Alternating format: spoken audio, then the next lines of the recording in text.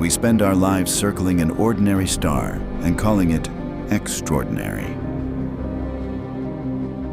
Each day, its light fills our skies, its warmth sustains every living thing, and its gravity holds an entire planetary family together. From our perspective, the sun seems colossal, an unstoppable furnace so vast that Earth could disappear inside it 1,000,000 times over. It feels eternal, dominant, and beyond comparison.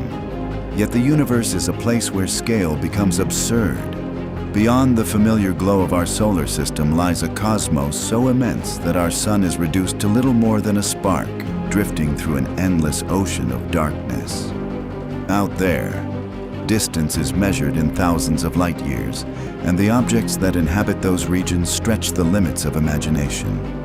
Far within the Milky Way, hidden among dense clouds of gas and dust, resides a stellar giant that makes our sun seem insignificant.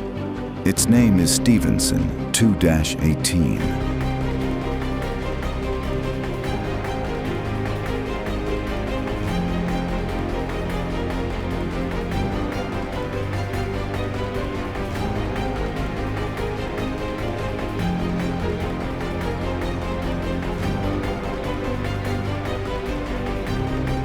A red supergiant so enormous that human intuition fails to grasp it.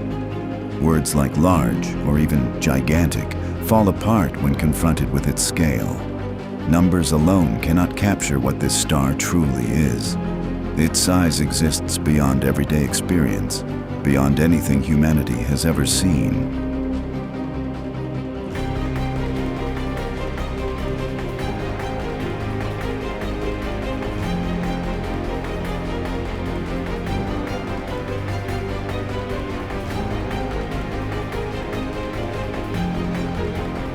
To grasp the reality of such a cosmic titan, we must abandon the comfort of astronomical distances and imagine bringing it into our own backyard.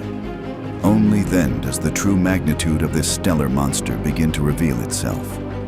Imagine erasing our sun and dropping this hypergiant into the dead center of our solar system. There is no warning, no slow-burning apocalypse, just an instantaneous erasure of everything we have ever known. The very moment it appears, its bloated surface instantly swallows Mercury whole.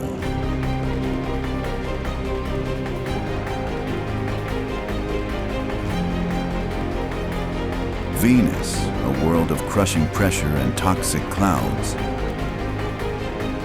is atomized in a fraction of a millisecond. Then, Earth is next. Every empire that ever rose, every human who has ever lived, loved, or died, vanishes into the nuclear dark. We are not even given the time to burn. We are simply silenced, reduced to a microscopic whisper lost inside the belly of a star. Yet even after consuming the inner planets, the hypergiant's colossal radius continues outward. A crimson horizon of turbulent gas stretches across space, carrying unimaginable heat and crushing gravity. Mars is engulfed as if it never existed. The countless rocks and debris of the asteroid belt are reduced to glowing fragments and then scattered into nothingness. What was once a vast planetary system becomes merely a tiny region buried deep within the outer layers of a single star. The architecture of our cosmic neighborhood is not destroyed by violence alone. It is simply overwhelmed by something so enormous that the very concept of scale begins to lose meaning.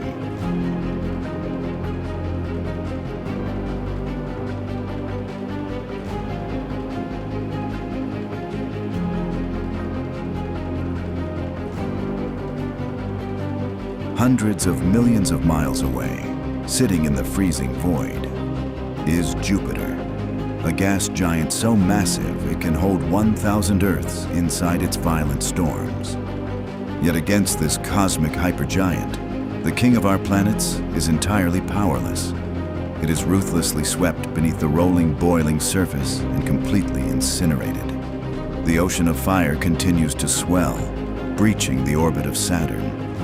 If you were standing on the ice of one of Saturn's moons right then, looking toward the inner solar system, there would be no black sky, the stars would be gone. The entire universe above you would be replaced by a curving, endless wall of crimson plasma, millions of degrees hot, looming over your doomed world. 10 billion of our suns could fit inside its staggering volume, and even visualizing it swallowing our planets is not enough to capture the pure terror of its size. To understand its madness, we must look at light. Light is the absolute speed limit of reality, a phantom traveling at 186,000 miles every single second. It is so incredibly fast that it can wrap around the Earth 7 times in the space of a single human heartbeat. If you fire a beam of light across the equator of our sun, it completes that journey in just over 14 seconds. But Stephenson 218 breaks this fundamental law of perceived cosmic speed. It turns the fastest entity in existence into a crawling prisoner. Fire that same beam of light along the equator of this hypergiant, and it does not finish the journey in a few seconds. It does not take a minute. That beam of light, traveling at the maximum speed the universe allows, crawls along the surface for nearly 9 agonizing hours just to circle the star one single time. It is a geometry of madness. If you were flying a commercial passenger jet across its surface, moving at standard cruising speed, it would take 500 years of non-stop flight just to return to where you started. What we are witnessing is a cosmic tragedy, a star balancing precariously on the absolute edge of total collapse.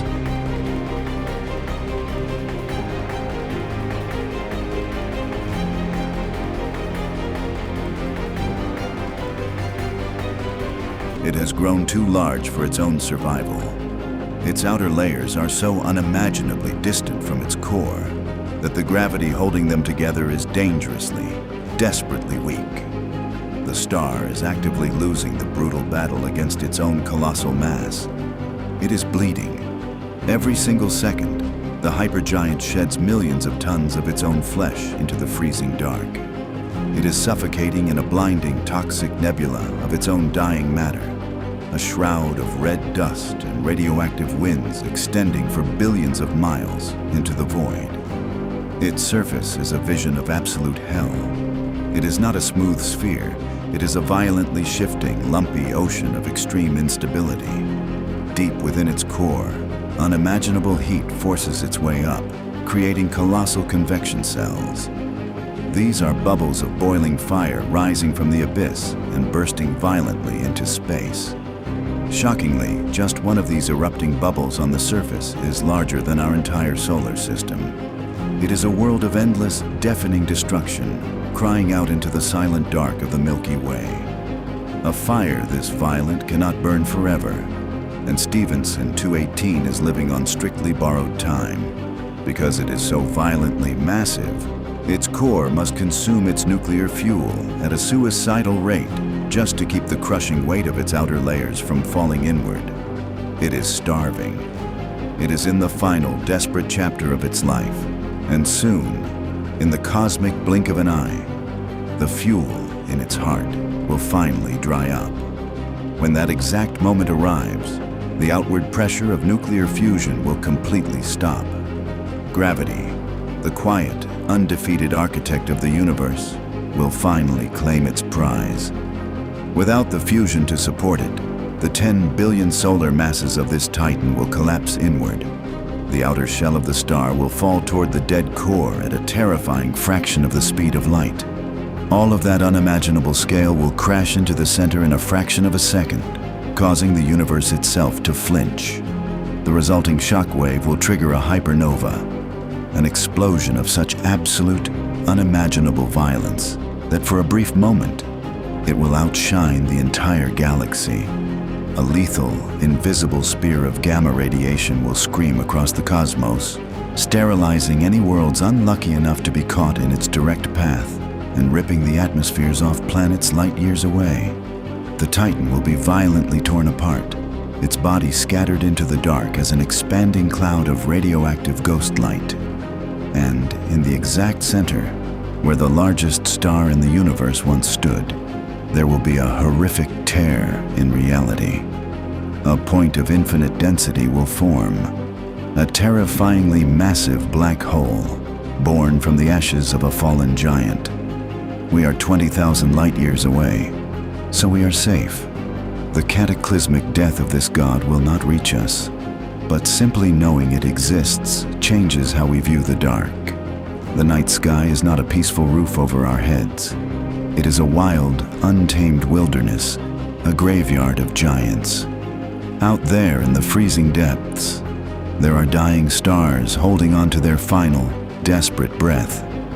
There are scales of reality that completely shatter the human mind, reminding us that we are just dust drifting in the dark, waiting for the giants to fall.